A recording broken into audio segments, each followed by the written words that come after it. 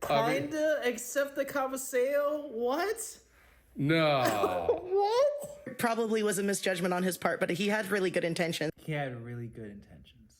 You know, the path to hell is built on good intentions. He had really good intentions. You can't go to a Malanga with 2 hours of a class and expect to be like, what are you expecting? And I sat almost all night, and I was 2 years into tango.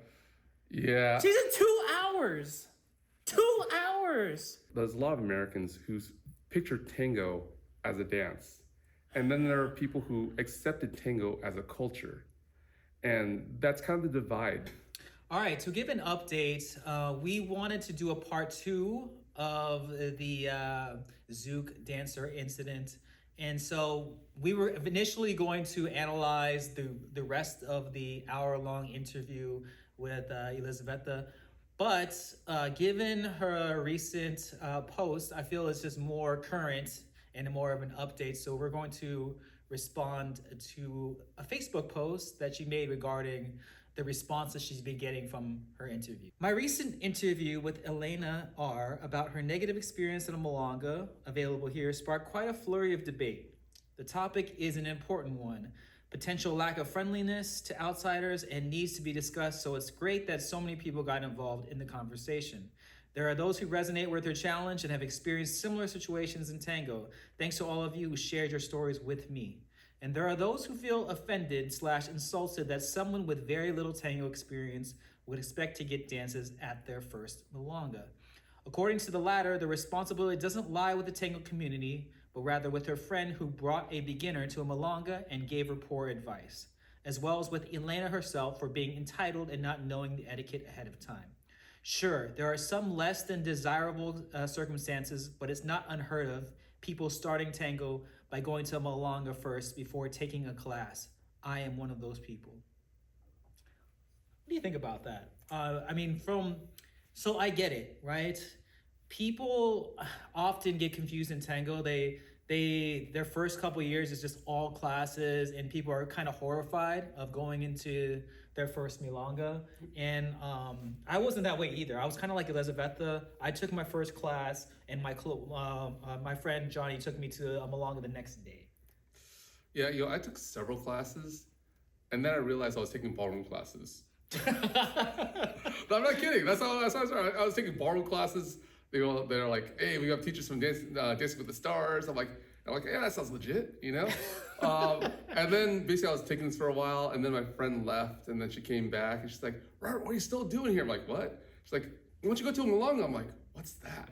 Because, at ballroom, they don't tell you about Malangas, because or else you'd probably leave. So, everything's about like, you learn how to dance, you take some privates, and you do a showcase. And, my first experience was actually the tango room. Oh, wow. And I'll be honest with you, I was scared. I was really scared because I was freaked out. Because Saturday night, El Encuentro. Wow. And here's the funny thing: the thing that really shook me, because I'm very hardline about a lot of things. Okay. So being like new and being a ballroom tango dancer or ballroom Argentine tango dancer, everything was about the basic, right? Right. And I went to the El Encuentro, and nobody took a back step. And I'm like, holy cow! No one's doing the back steps. No one does the basic. Oh my God, what are we doing here? What is this? And God bless Guillermo de Fazio. He really saved my butt, because his pre-Milan class, he did the Hero con Sacada, and he just said, hey, he took me aside, like, don't worry, like, tonight, all you're doing is what you learned tonight. Do a hero con sacada and the basic cross, and that's it. Do that all night, you're gonna have fun. Like, don't do anything else. My experience was very different, because someone actually came out and practically rescued me from drowning in deep water. Same with me, right? And so my first milonga, I didn't dance. It was UCLA Malanga, and it's actually pretty welcoming and friendly. It's a student-run organization. My friend brought me there, and he was kind enough to sit with me the whole night. and we just watched, and he would go dance sometimes and then come back. But I really just observed and sat the whole milonga, and I was just kind of too terrified to go out there and ask anyone to dance or try to dance. And so I just took it all in, and yeah, that was my first day at the milonga, our first night. It was the second day I started tango. And so I don't think we're advocating to not go to a milonga until you're super skilled, right? Or have like 10 years of tango, because both of us were kind of just thrown in, just like Elena here. I think the difference lies in the type of milonga and also the expectations you set for yourself. She should have used cabeceo, as should that old milonguero who verbally asked me to dance at the festival recently. There are plenty of people in tango who treat cabeceo as a suggestion rather than a rule, and they get away with it. We all know who they are. So it's interesting because I think what's being not mentioned here is that these strict rules of the cabeceo, sometimes, of course, yes, some people don't abide by them. Some are more lax with friends, for example. But these are typically more experienced dancers who knows the other person, right? If I go to my local milonga and I have already danced with most of the people, I'm not gonna be like trying to cabeceo. Like, no, there's gonna be things that are more relaxed and comfortable because we know each other, and I've been dancing a lot and we're both part of the community. Now, it's a different story if you are someone brand new to the community that doesn't know anybody. Then it makes sense to say, okay, maybe you should start with these etiquette things before you move past them. It's kind of like the example where you have to learn the foundation and the fundamentals before you learn how to break the fundamentals. It's like you don't go here and like, yeah, who cares about the fundamentals? Just break and do your own thing. No, you learn the fundamentals first, and then as you evolve, you learn to break those things. Yeah, but I think the other thing I want to point out here is that, the adherence to the cabeceo, it really depends on the event too. So like if I went to a Nuevo place, cabeceo's at the door. Nobody cabeceos at the Nuevo place. True. If I were to go to 50-50 alternative, some people cabeceo, some people don't. And that's the thing. It's like if I'm gonna tell someone that, hey, cabeceo is not a thing, or if I want to take someone to a place that's like a low barrier entry where it's not super traditional, yeah, I would say, hey, you know what, don't worry about it. But if I'm going to take them to a place where it's known to be very traditional, and it's known that this is a hard rule that people follow here, yeah, I'm going to mention like, hey, let's have some like practice cabeceos before we get in here, No, the elephant in the room is that Elena just doesn't look the part. She does not fit the image and body type that is popular among tango dancers.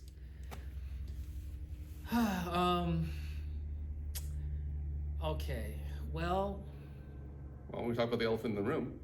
So, I think this is a good part. This is a good time to talk about general insecurities that we all have. Because, we all I'm a big guy. I've been trying to lose weight for the past how long you know, like from Seattle Tango Magic all the way to now. I mean, I yo-yo my diet like crazy. Yeah. I was on a good run, and then I had my injury, and now I gained 50 pounds from my injury. And now I'm on the horse again. So, insecurities are always there, but I think it's one of those things where if you focus on the insecurity, like people perceive that as something else, and it kind of detracts people from the best parts of you. Yeah, it's like, I get it, right? It's something, if you've had experiences in the past, and we all have had positive and negative experiences in the past, of course, you're going to develop some insecurities. And for me, it was about my stature and height. And actually, before I even started tango, I had many thoughts like, am I tall enough to dance tango? Like, I'm like 5'6" on a good day. And most of the people that I'm going to be dancing with are going to be wearing 4-inch, 3-inch heels. Like, how is that going to work? And so there is a lot of doubt and a lot of insecurity, of course, when I started. But and I remember I heard a really good quote recently, and they were talking about pain is maximum to the person that's feeling it, right? And so we can't talk about somebody else's pain because it's maximum to them. And I agree, right? Your pain is maximum to you. But I will say that how you look at your own insecurities and how you carry forward is really what matters. Because if I always think about, oh, am I tall enough, right? Is it, am I handsome enough, right? I will always have that in the back of my mind in whatever I do, right? And that will always hold me back, right? I'm going to always go in the room and think, man, was it because of my height? And no matter what I do, no matter if it's dancing, if it's teaching, if it's playing sports, I'm always going to have that in the back of my mind. It's just because I'm not tall enough, right? And so that's the sad thing, is you let your insecurities haunt you, and it takes away from the possibilities that you can do if you kind of just say, you know what, I am short. I'm not going to fool anybody. I'm not going to go around saying I'm tall and and think that way. I'm going to self-admit, yes, I am short, but I still want to do this thing. And being short is not going to hold me back, right? And so I look at it in this way. You can let your insecurities hold you back, or you can go beyond that, right? And say, you know what? I'm going to look at what I have in front of me and make the best of what you have. Yeah. And I totally agree with that. And for me, I unfortunately, I had a dragon mom who totally beat me up. So, I still go home and visit my parents, and my mom's like, "Hey, you're fat, Robert." I'm like, "Thanks, mom." And then she's like, "Eat another bowl of rice." I'm like, But, the one thing, as much as that, it's a terrible upbringing to be constantly nagged at by, and be even to get poked fun at even by my own parents. The one thing that actually even taught me was that, at the end of the day, you can cry about whatever insecurity you have or whatever it is, and cry foul, and it's not fair or whatever. You are only sabotaging yourself by living in this shadow of insecurity. Watching the video below, it is clear that she is not a beginner, and it would have been perfectly possible to dance the basic tango shapes in the line of dance with her. Let's watch this video.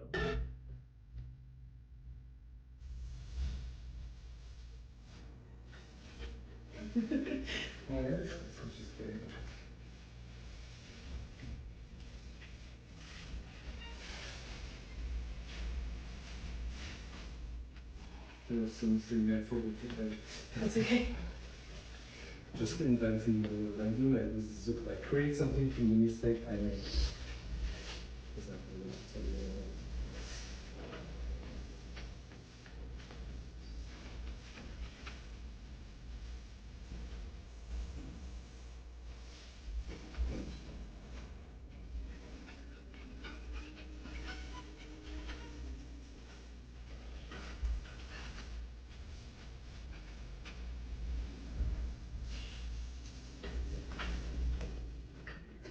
Yay!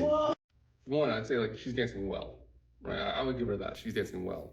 But then here's kind of the hard part, which is, and might be a little spicy here, how much of that is the lead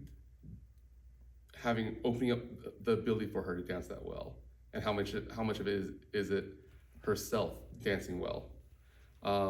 Because sometimes you hear this a lot. I've heard this a lot. Some of my lady friends have made this statement where it's like, I can dance anything as long as there's a good lead, Yeah. right? So how much of that is the lady's ability? I mean, are they totally dependent on a good lead to actually open up the dance for them and lead them well so they dance well? Or how much is it on them to do the best possible and even correct bad leads? Well, I think that there is some, of course, he is putting in the power or whatever it is that you want to put in the dance to make someone who's not familiar with tango as much, follow and kind of figure it out. I will say that she is sensitive, right? She's able to kind of get those sensitivities more than your average 2-hour beginner, which I'll give you. But at the same time, like there is a difference between dancing in a spacious living room and an open embrace and trying to navigate a narrow hallway for a milonga, right? Therein lies the difference. Like if it was a big space, and we kind of made this point clear in the first video, if it was a huge space and you can do all those things freely without worrying about hitting someone or running into someone, sure, right? But at a place that has a very compact crowd and there's couples all around you and you're barely navigating those little small spaces, even with the most advanced dancers, that is difficult. Yeah, but then I've seen this comment and I've heard it many times. Well, if you're a good lead, you should be able to dance anything, anywhere, any place, anytime. So what do you say to that? Well, I would say that sure, I do agree with that, right? That your regular person can, if they're advanced enough, can dance with anybody and hopefully try to make it feel good. Now, whether it's their decision to want to put forth that effort is a different story, right?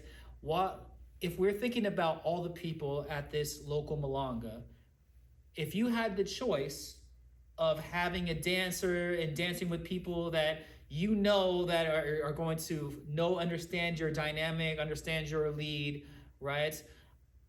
And it's going to be very comfortable for you and very fun for you, would you choose someone you don't know, who you've never seen before, who hasn't been part of the community, or the person that you know and that you're familiar with and that you come every week and this is their thing?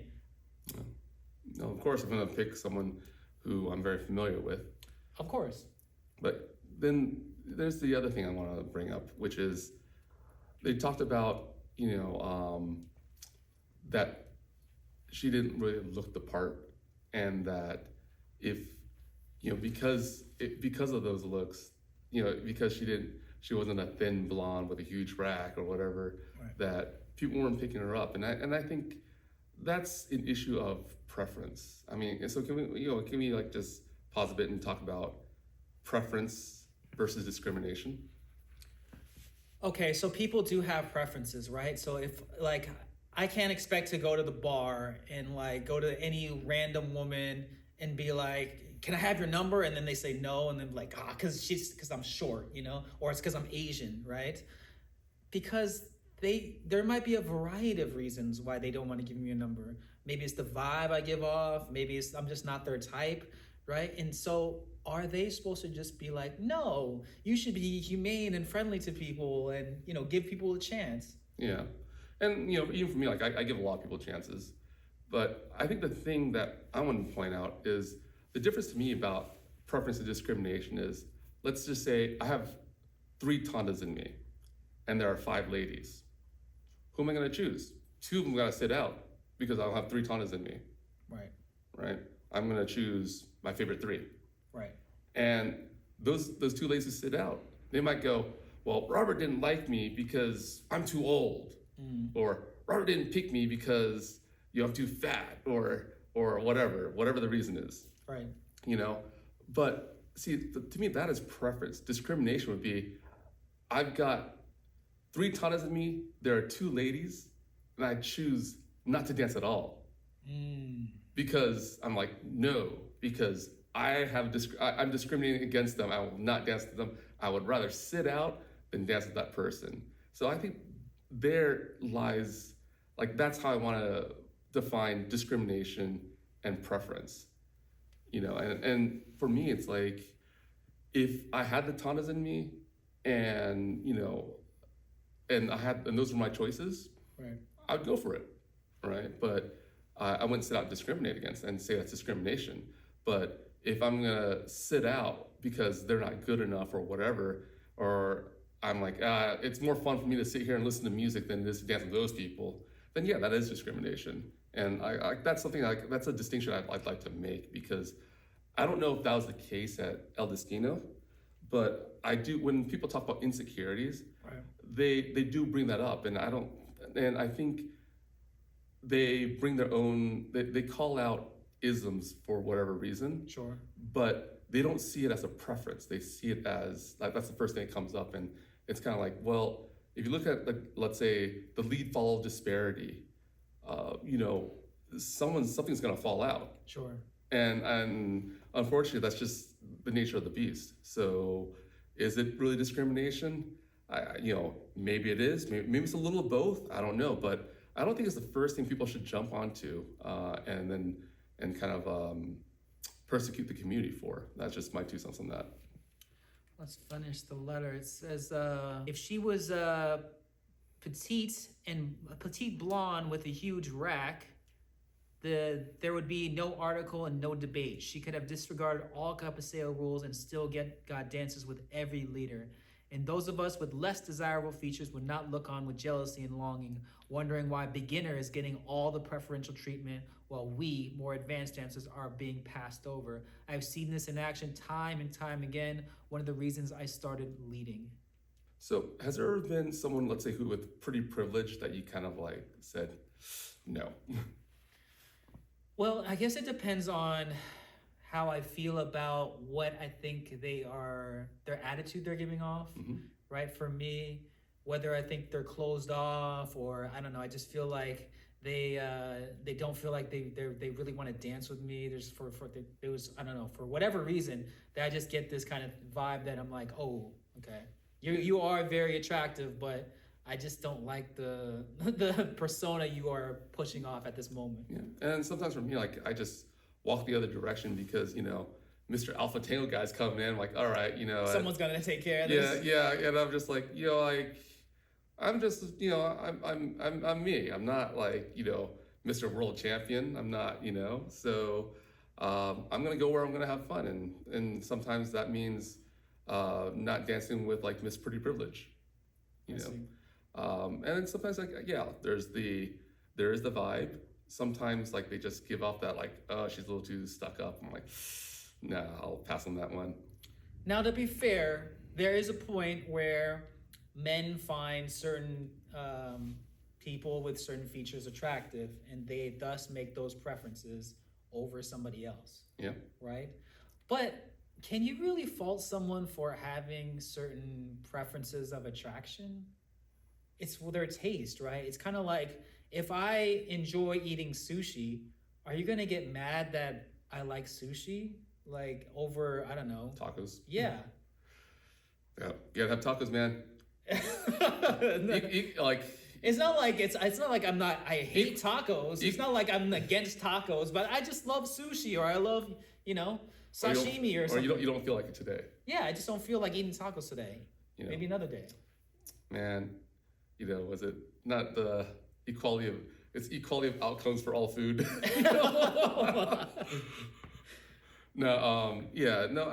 Like to get to this point, I totally get it.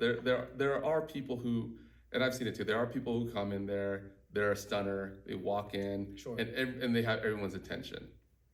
But how is that any different from the model who gets the, I don't know, superstar athlete or actor? Yeah, but I think one of the things that they're bringing up is that, especially with leads, they favor a person's appearance over their dance ability. Now, that might be true for some people. That might be even true for me on occasion. But I think the difference is, do you dance once with them, or do you continue dancing with them? Do you dance with them for an agenda, or do you dance with them for just the pure joy of dancing? And I think that's something that we have to think about, because, like, let's just say I'm going to dance with this person because they're attractive. I want to date them, right? Mm-hmm. I'm going in for the hunt. Then if they're not that good of a dancer, and that's like something that I really look for in dating, I might just dance that one dance with them. I'm like, yep, never again. Sorry, And we've seen that before, actually. Yeah. That the pretty thing rubs off. You got to get better as a dancer. Yeah. Seen that. Yeah, or either that, or like they're not interested. Like, okay, well, they're not interested. I'm done. Yeah. And like, well, there's nothing for me here since we're not going on a date. So, peace. True. And if we actually broke down Elena's nights at Destino, it's from a dancing perspective, it's more than I got on my first milonga. I didn't even dance my first milonga. Take it, she danced multiple times with the friend that she agreed to meet there. Yep. Then he introduced her to another person. Of course, that person kind of taught her on the thing. It was kind of embarrassing, blah, blah. We get that, right? Yep. But then she had another nice tanda with some other individual, she said. And then the last one was this person promised, like, maybe we'll see later, but we'll dance later, and then never came back to dance. Yeah. So she pretty much danced maybe 4 or 5 tandas, or maybe more than that, on the very first night of dancing at one of the most premier milongas in the country. Okay. Well, let's just take premier milonga out of this. Let's just take this out. Let's take El Destino out of the equation. She did dance. I hope she had fun. She did. But It's crazy. okay, well, but what I want to put at is, like, if you had fun, if your night was 80% fun, right? Mm-hmm. Why focus on the 20%? 20% that was bad. Yeah. I mean, I'd never have a 100% night. Like, I mean, if I did, I don't remember. Maybe it's that good. I don't have any memory of it. But most of the time, especially in the beginning for me, like, if you look at the number of times I danced, number of mistakes I've made, number of times I felt terrible, number of times that my shoulder's been thrown out, it'd be like 75% bad. And like, it was at 1 or 2 or 3 tandas, I'm like, that was worth it. Yeah, made up for it. And that kept me going. So it's also a matter of perspective, where, what do you want to focus on? Do you want to focus on the things that, that rose you up, that made you feel good, that made you want to keep on going? Or do you want to focus on the things that tear you down? And, this also comes back to our insecurity thing, where, if that's what you want to focus on, you're not getting anywhere. I would say, in a matter of perspective, please, try to focus on, like, something good that makes you keep on going. So I think it's a matter of perspective. I don't expect this to change anytime soon. Long legs and small waists will continue to command men's attention. But what I'm taking away from this debate is a sense of ownership of my own role in the equation. As a woman, it's much easier for me to look past the surface and choose to connect/dance with another woman, regardless of the shape of their body, their age, their looks, or their level. But it's a conscious choice that will require will on my part, because it feels more comfortable to be complacent and ignore/reject people I am not familiar with. Elena's experience and the debate that followed reminded me that I don't exist in a vacuum, that my choices and actions can have a wide-reaching impact, and that the changes I want to see in my community start with me choosing to act rather than sit back and wait for someone else to do something. Well, I commend Yelizaveta. Like, it's a noble cause. I've done that. Even last night, I danced with a lady who's never danced before. She came to a milonga with her friends, and she was a heavier set lady. Mm-hmm. And she was a shorter, heavier set lady, and we both came out, had a good time. I didn't do anything fancy, maybe a few rock steps here and there, mostly just, she didn't know what a cross was, but I was just doing the baldosa, mostly that was it, just walking baldosa, left, right, left side step here, side step there, and she had a good time. And a lot of it was, I took a chance, mainly because, 1, I was curious, and 2, she was a friend of a friend. My friend Renata didn't ask me to dance with her, but I just said, hey, you know what? Your friend's been sitting out there in the corner. Like, I'm just kind of curious what's going on. Maybe she, check her out, see what's going on. And it is worth bringing up, and I'm not saying that we're perfect by any means. If you go to your regular marathon, for example, and you ask people around, the common question is, have you danced with anyone new? And if for the people that have been around for a while, it's hard because you have to make all the rounds, and I'll be like, no, maybe till Sunday, I'll finally dance with somebody new, because I haven't danced with all the people that I haven't seen in ages, right? And so it is like, it is not, it's an issue that has no real easy answer. I will say it takes one step at a time to kind of address this multi-layered issue that's been brought up by Yelizaveta here. But I agree with you. It is a worthy. Yeah, it is a noble cause and worthy effort. I mean, that's one of the, I mean, that was back, like if a lot of people stick to the Codigos, like all those die-hard traditionalists, Yeah. you know, there's the one Tana rule. Right. You know, I didn't start breaking the one Tana rule until like maybe like this year. I am guilty. It's just the two on the rope for me. No, like seriously, I made my rounds. But then the other thing is also, remember, I was an organizer. True. So I'm incentivized. I mean, like, yes, did I do it like, out of the graciousness of my heart? Yes, I think so. You know, my mentor Linda taught me well. She had me on the one Tana rule. The only person I danced more than one Tana was with my exes back then. You know, but I would actually say that it's a hard rule for me to break, and I started doing it recently, maybe because I wanted to be more selfish at the time. But for everyone out there who was so hard set on cabeceo only, don't forget one Tana rule is part of the Codigos. So put your money where your mouth is. If you're a traditionalist and you're hardcore in cabeceo, be hardcore in the one Tana rule. Yeah, but this has been a very interesting part too. I will say that it is very multi-layered, and for those of you who are watching this, if you are willing to share some of your insecurities in the comments, we would love to hear about what you face on a daily basis when you're in regards to dance or just in life. But yeah. Yeah, or also if you just want to share your experience, or if you have any questions that, let's say, in dealing with insecurities or dealing with maybe a hard situation in a Malanga or a hard situation in a Pratica, we'd love to hear it, and maybe we'll have a solution for you. All right. Well, thank you all so much, and we'll catch you all on the next one. Thank you all so much for watching our videos, and make sure you click that notification bell so you can get all our updates. We greatly appreciate it, and it'd go a long way in helping us put out better content for all of you.